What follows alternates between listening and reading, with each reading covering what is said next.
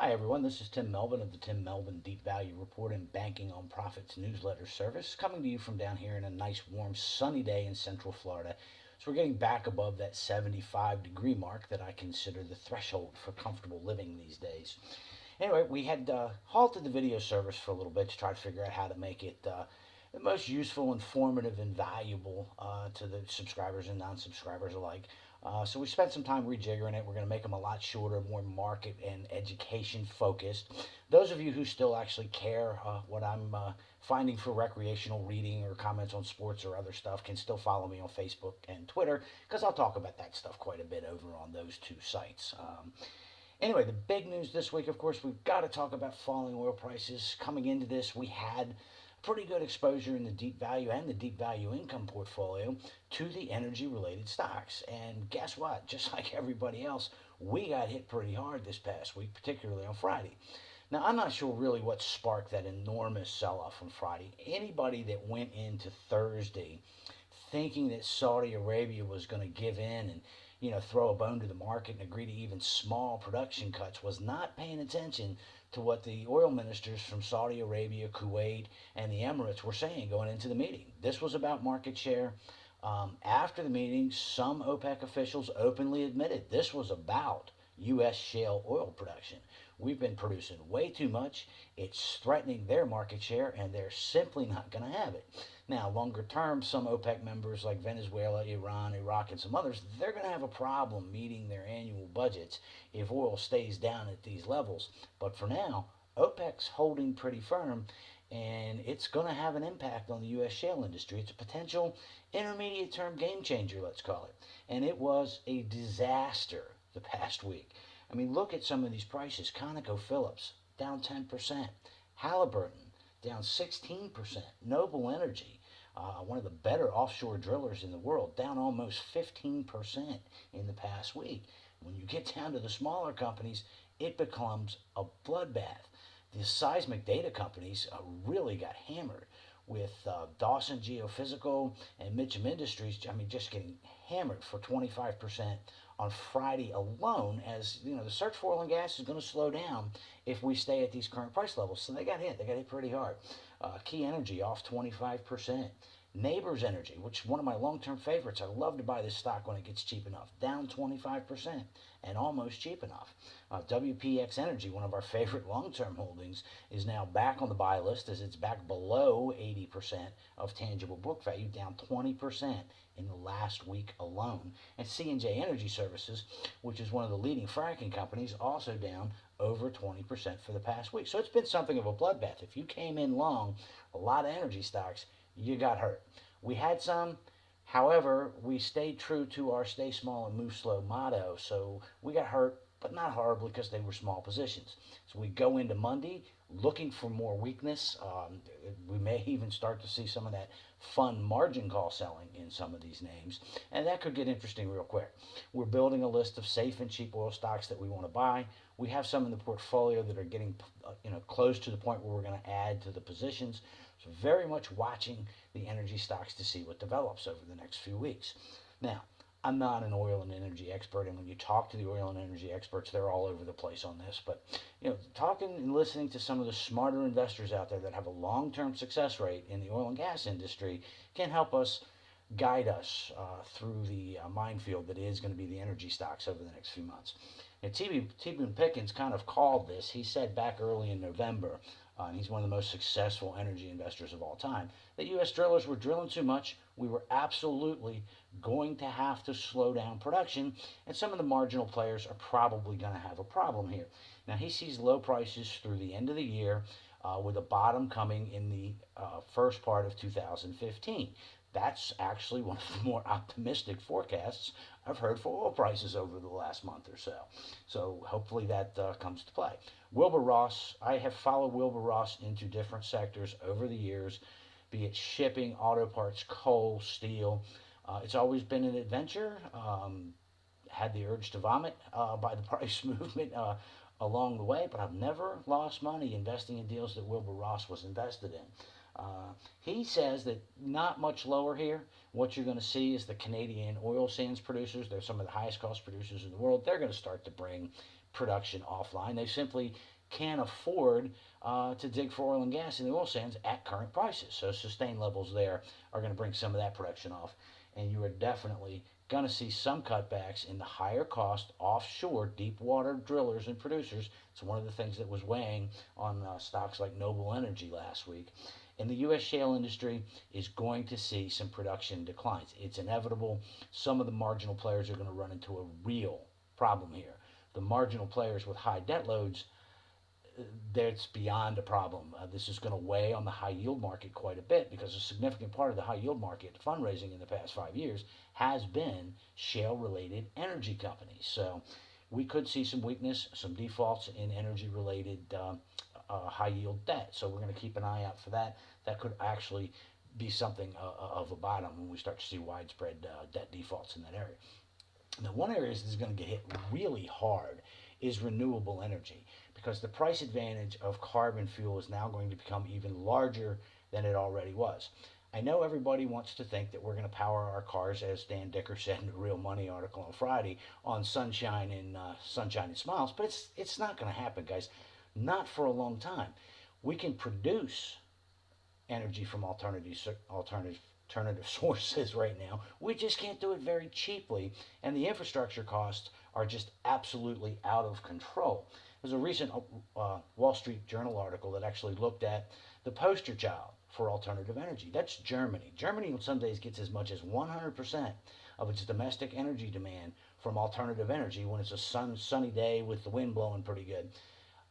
But it's actually been a drag. The cost of building out all this renewable green energy has been a drag on the German economy. And of course, there's no storage, so they're still running coal fired plants and natural gas fired plants to produce power when the sun's not shining or the wind's not blowing. So it's been an economic kind of a problem for them. It's been a drag on their GDP. Businesses are actively leaving Germany because the cost of power and energy, crucial for industrial concerns, is simply too high at this point in time. The U.S. has tried to go down this road. We're not going to be able to do it anytime soon. There's a great study, some Google engineers that worked on one of their big renewable energy projects. They went into this thing thinking clean and green. All we got to do is tweak some of our existing renewable programs, and we can hit these targets for renewable energy and reduce carbon emissions. 4 years later, they admit can't be done. With current storage and transmission difficulties and the cost of infrastructure, you literally were having to build power plants to fund power plants. It's not economically viable at this point in time. With oil and gas prices even lower, we're going to see the alternative energy companies have a real hard time. Again, a lot of high yield debt in the alternative space, so you could see more pressure from renewable companies defaulting on their debt and having to be liquidated. So oil and gas is going to be fun. I've got a list of safe and cheap energy names on my desk that I expect to be nibbling at Monday morning. So here's kind of the overview on the oil and gas stocks for now.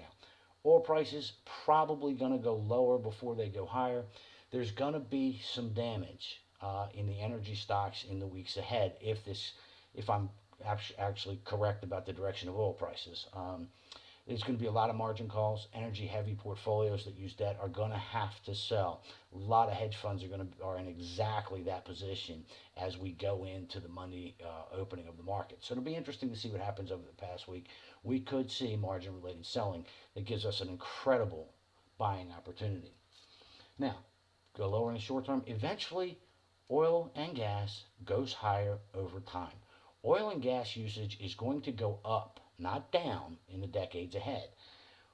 Carbon-based energy is a huge part of our energy program going forward, whether we want to admit it or not. We're not there on the renewable energy programs yet.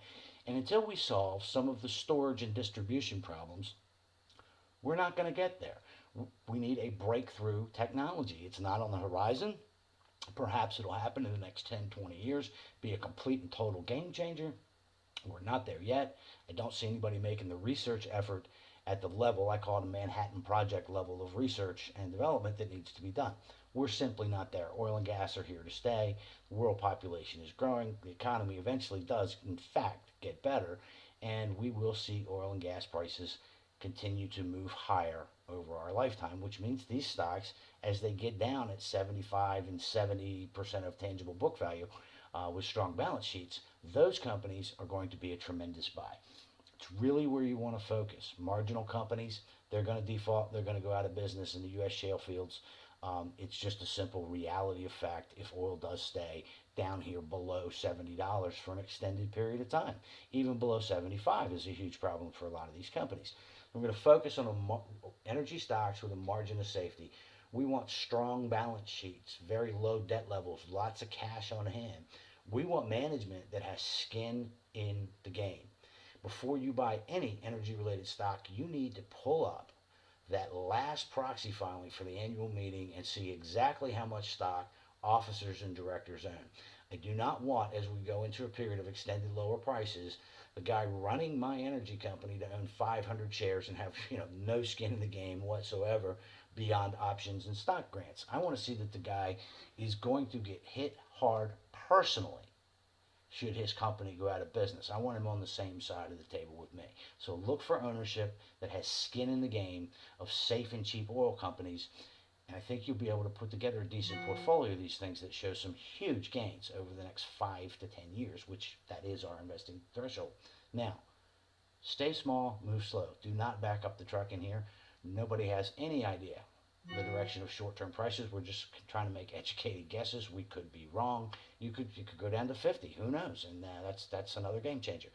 Buy in increments, scale in, take your time, be patient. Lots of geopolitical factors still to weigh in on oil and gas, so you don't have to back up the truck here.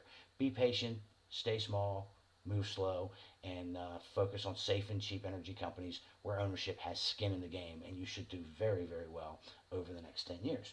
Now, keep an eye on the majors for those of you that are blue chip growth and income investors or have a portion of your portfolio. If you use the Graham number calculation, some of these, Chevron, ConocoPhillips most notably, looking really cheap. If we stay down here 70 or lower by the middle of next year, you could have the buying opportunity of a lifetime in stocks like Exxon, Chevron, Royal Dutch Shell. So be patient. That could be on the table.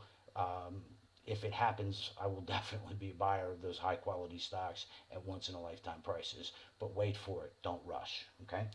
All right. Moving on from oil and gas. Let's say you're an investor like me, and lots of others who doesn't like to think in terms of macro investing. I'm not really good at it. I have to take my lead from other people. But there is a segment of the market where we can make money and not worry about who Russia has invaded today or what's going on in the Middle East or where oil and gas prices are. Talking, of course, about my all-time favorite, the community banks and small regional banks. Now, it's a unique opportunity. I'm going to be writing about it this week, so look for that article to come out. But mutual and thrift conversions, that's what happens when a mutual savings company converts to a stockholder-owned institution. It's one of the greatest value creation events in the history of the stock market, and those of us that have been around a while have been taking advantage of it very profitably for years. Now, when a bank engages in that transaction, there is a 3-year period in which they may not experience a change of control, i.e. a takeover, in that first 3 years without permission from the OTS, the Office of Thrift Supervision, or the FDIC. And that permission's been very hard to get. In fact, I've never actually seen it happen. So you can consider it kind of a 3-year ban on takeovers. Now, if we look at the list of takeovers whose 3-year time period expired this year in 2014, that would be deals, of course, done in 2011, or those 2012 thrift conversion deals whose takeover period is going to expire in 2015, we find that there's 32 names on that list of stocks that are potential takeover candidates sometime in 2015. Going through the list, a lot of them still trade at a pretty good discount to their tangible book value. Now, we know that 70% of these conversions get taken over in the first 5 years or so. And if you look at the list of 2010 conversions right now, there's already been substantial takeover activity among that list of stocks, and at very nice premiums to the current market price. Now, we also know from the recent Stern AG report that stocks that are trading cheap, these small banks that have an activist investor involved, something like 1 out of 3 of them gets taken over during the period in which the activist owns stock, and there's a huge outperformance to these stocks in general. We can combine these two facts and go back and look at these thrift conversions who are coming due, let's say, for a potential takeover offer, focus on those trading below book value that have a strong activist presence in the shares.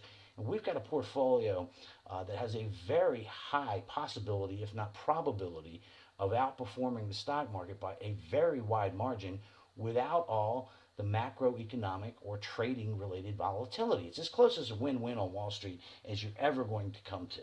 Now, yeah, it's a lot of work to drift through all these portfolios and pull up all the 13D filings and the proxy filings and the 10Ks and the 10Qs to find those banks that are coming due, that were converted from a thrift to a stockholder institution in either 2011 or 2012, and then figure out which activists own it and how attractive the loan portfolio and the balance sheet and all those factors.